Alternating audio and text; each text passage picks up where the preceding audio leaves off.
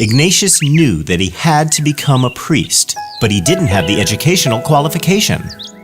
In those days, Mass was held in Latin, but Ignatius didn't even know a bit of Latin. So for his first Latin lessons, big, rough Ignatius had to sit in a classroom with a bunch of 10-year-old students.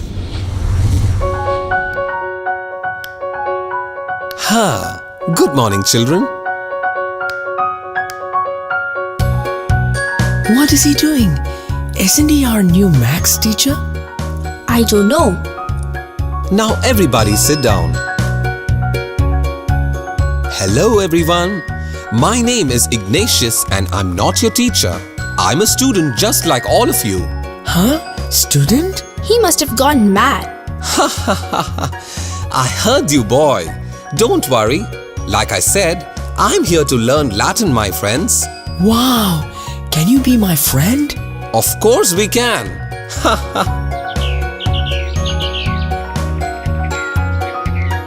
After this initial schooling in Barcelona, he moved to a Spanish university in Alcalá, and then Salamanca in the north. In both places, along with his studies, he engaged with people in conversation about spiritual matters. Hey, you! Huh? Me? Yes, you!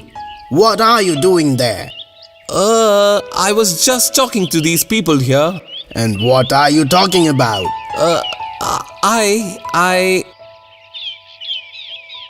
We were having a discussion about spiritual matters, sir.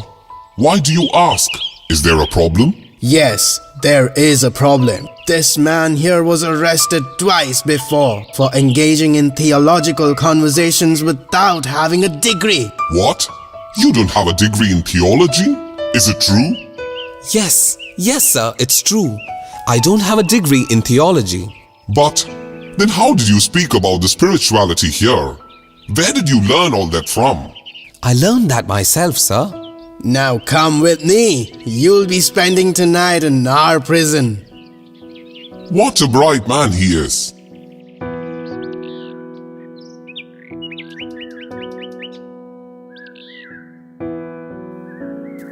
Ignatius was detained 3 times for interrogation. The charges were always the same, that he dared to speak about theological matters when he did not have a degree. He was always found innocent and released the next day. Ignatius then left Barcelona and attended the Collège Sainte-Barbe of University of Paris. He was 38 then. It was here that he met the 2 most important people in his life who would help him to build the Order of Jesuits. While at the University of Paris, Ignatius became friends with Peter Faber, a young man from Savoie, south of France. It's amazing that you have the will to learn, even at this age. The words that you speak, they are so inspiring. I found my calling pretty late in my life. That must be Francis, my roommate. Hello, Francis. Hello, Peter. How are you today? I'm doing fine. I want you to meet my friend Ignatius of Loyola.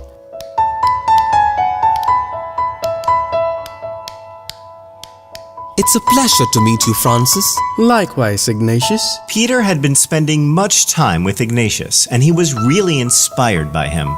He was impressed with the spiritual exercises that Ignatius taught him. I have to tell you something, Francis. What is it, my friend? I have decided to become a priest after my studies. Wow, that's amazing, my friend. I'm so happy for you. Ignatius was impressed with Francis, and he tried to convince Francis as well. You should also consider becoming a priest, my friend. From whatever Peter told me about you, you're indeed a spiritual person. Thanks for the offer, my friend, but I think I'm going to be a professor. I really like teaching, and it pays me well too. You know there's the saying, what shall it profit a man to if he gains the whole world but lose his own soul? Huh? We'll see again, my friend. The question made Francis think for a while. He thought about it for many days.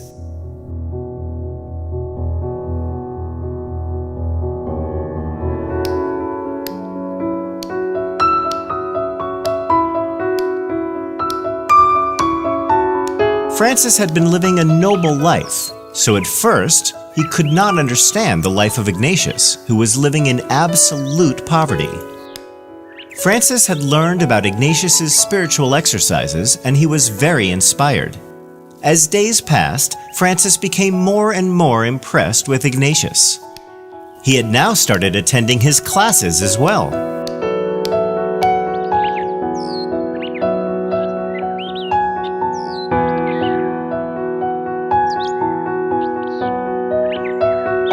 Ignatius, too, had seen the potential that lay hidden beneath Francis's worldly ambitions. So what do you say, Francis? Are you ready to join the order? Yes, you have completely won me over, my friend. I'm truly impressed with your works. Please allow me to join your order. Come with me, my friend. And this bond went a long way in finding the Society of Jesus. Many others joined the order too. There were these two young students from Spain, Diego Lainez and Alfonso Salmeron, who heard of Ignatius's fame and joined him. Then Nicolas Bobadillo, a successful teacher of philosophy, fell under Ignatius's sways. So did another scholar, Simon Rodriguez. These men were the saint's first disciples.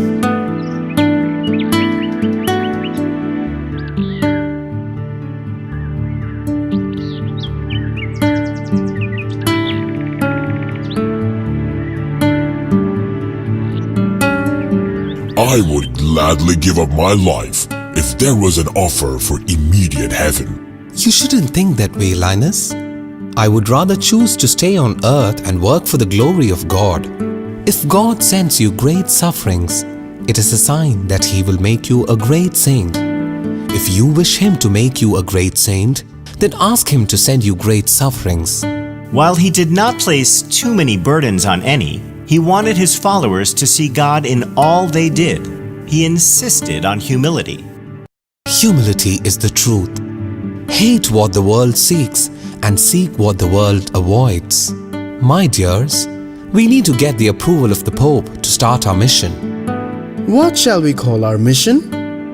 What do you think of the name Society of Jesus? That sounds excellent. That one is great. Now that we have drawn the rules of our order, I think it is time we get an approval from Pope. Ignatius, Francis, Pierre, and other members together founded the order, which went on to be known as the Society of Jesus, or more commonly known as the Jesuits. Together, these 7 companions were united in spreading the gospel and devoting their life to the service of God. That day, they took the vows of chastity and poverty, and then made a pilgrimage to Jerusalem. Under the direction of Ignatius, his disciples were soon ready for work. Francis, I want you to go to India. Go and set all afire and alight. I will, Master.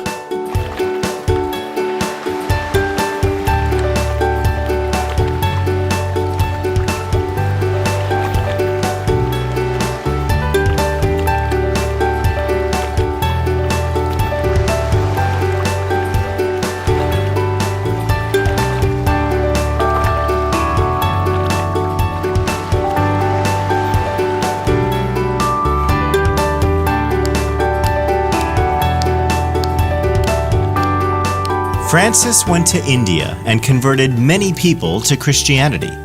He became quite popular among the local people, and he traveled far and wide spreading the word of Jesus. Ignatius had sent his other disciple, Faber, to Germany. The German towns were hotbeds of Lutheranism, but Faber's inspired preaching soon began to make headway with the people. When the Council of Trent was called, Lainez and Salmeron were appointed theologians of the Pope. There is little record of miracles performed by St. Ignatius, but the achievements of his disciples are widely known. At the time of his death, there were 1,000 Jesuits, a good number of them involved in 35 schools Ignatius had started. He died on the morning of July 31st, 1556, at the age of 64. St. Ignatius was canonized in 1622 by Pope Gregory XV. He was named the patron saint for spiritual exercises and retreats by Pope Pius XI. Wow! The works of the Jesuits are amazing. Yes, Uncle. I really liked it. This is the prayer of St. Ignatius of Loyola. Let's pray this together. Dearest Lord, teach me to be generous. Teach me to serve you as you deserve, to give and not to count the cost, to fight and not to heed the wounds, to labor and not to seek rest, to give of myself and not to ask for reward, except the reward of knowing that I am doing your will.